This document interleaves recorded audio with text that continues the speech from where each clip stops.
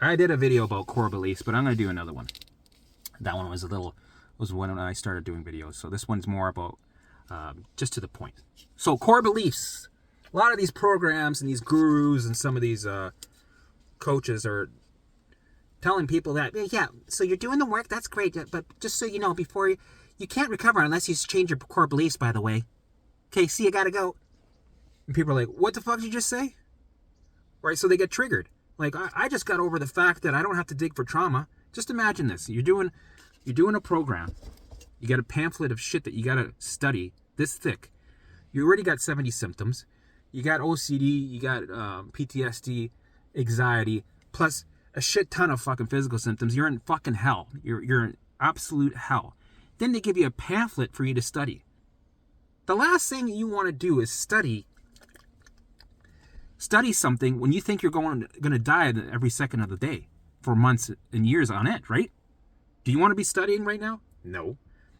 And what would you, if I were to go back and I were to change things, this is what I would say. Wouldn't it be nice to have something that's simple, less complicated? Because when you're in the thick of it, your brain is gonna forget. Make sure that you don't remember shit because it needs you to concentrate on the perceived danger. It thinks you're in danger. It needs to keep you alive. It doesn't want you to remember the program that you're running right now. It doesn't want you to remember, oh yeah, I need to allow and then engage. No. That's why I say put sticky notes everywhere, because when you're in the thick of it, you're gonna forget everything. Your mindset's out the window. Prefrontal cortex is useless, right? It's in the back seat. You're in the back seat. The amygdala's driving, going, yeah, motherfucker, yeah, motherfucker, right? It's driving. So, with some of these programs, you're triggered. It's complicated. You got to study. You're distracting all the time. Stop. And they're making you, study this big amount of information. You got to learn about neural pathways. They want you to dig for trauma, right? They're giving you the fear going, hey, listen, buddy, if you don't keep digging, you're not going to heal. Yeah, but I don't, I'm, it's too much. It's too stressful. I can't do this trauma thing. It's fucking so hard. It's re-traumatizing myself. You got to do it. And then there's also, you got to look for trauma, but I can't find it. It's a unicorn chest. It's somewhere in there. We got to keep digging, finding it. Got to dig. So, you're triggered by the fact that you got to find this unicorn named trauma. Or you got to re-traumatize yourself again and take 50 steps back, and you just get stuck in this loop. And then on top of it, so you're triggered with all that shit. On top of it, they're telling you, okay, so helmet, yeah, hold on a second. So everything's got through. This is awesome. I'm doing a really good job. Yeah, hold on a second. Not to shit on your parade helmet, but did you change your core beliefs? What? My core beliefs? Yeah, the core beliefs. Okay, so stop right there. You need to change your core beliefs. What are your core beliefs? I don't know. I don't know.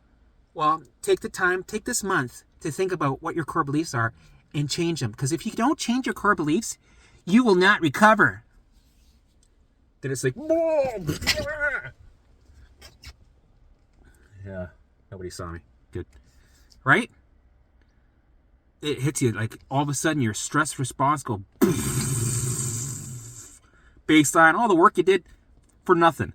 Baseline goes up to 1,000. When that happens, what happens? The brain sends alarms. Alarms go on. Symptoms come back. OCD goes, Mia, you fucking idiot. You want another cookie? You want another peanut? Doubt, right? You're never going to recover. Stress, right? OCD looping thoughts that you're sick, and you get more symptoms. You actually get sicker. Because they're stressing you out. For me, wouldn't it make more sense to make things less complicated? Doing less? Not digging for trauma? Not trying to reprogram your core beliefs? And here's the thing that I'm going to tell you about core beliefs. There are actually core alarms. So your beliefs, don't fucking worry about them. Because when you're in a survival state, right? When you're in a survival state, you have core alarms. You got the everyday little alarms here and there that drive you nuts, but then you got these big motherfuckers that are they're very strong, like ching ching, right? They're core alarms. When you bring your baseline down, you turn off alarms, right? You're gonna chip at these core alarms eventually. And when you're totally regulated and you're recovered, like you're feeling good, you're like, yeah, I feel good, like all my symptoms are gone, my brain symptoms are gone, I'm feeling good. Those core beliefs change because their survival state is gone now. That program of survival, fight or flight, isn't there anymore. So those core alarms are back on standby. Right? Everything's good. So when you have different core alarms and they're turned off, what do you think is going to happen? Your beliefs change. Your beliefs change to something totally different because your beliefs are a result of your alarms. Your belief system is because of your perceived danger, your perceived danger of survival around you. So you're going to adjust to what your brain is making you feel, right? If you feel like all the time, what do you think your beliefs are going to be? It's going to be a reflection of that.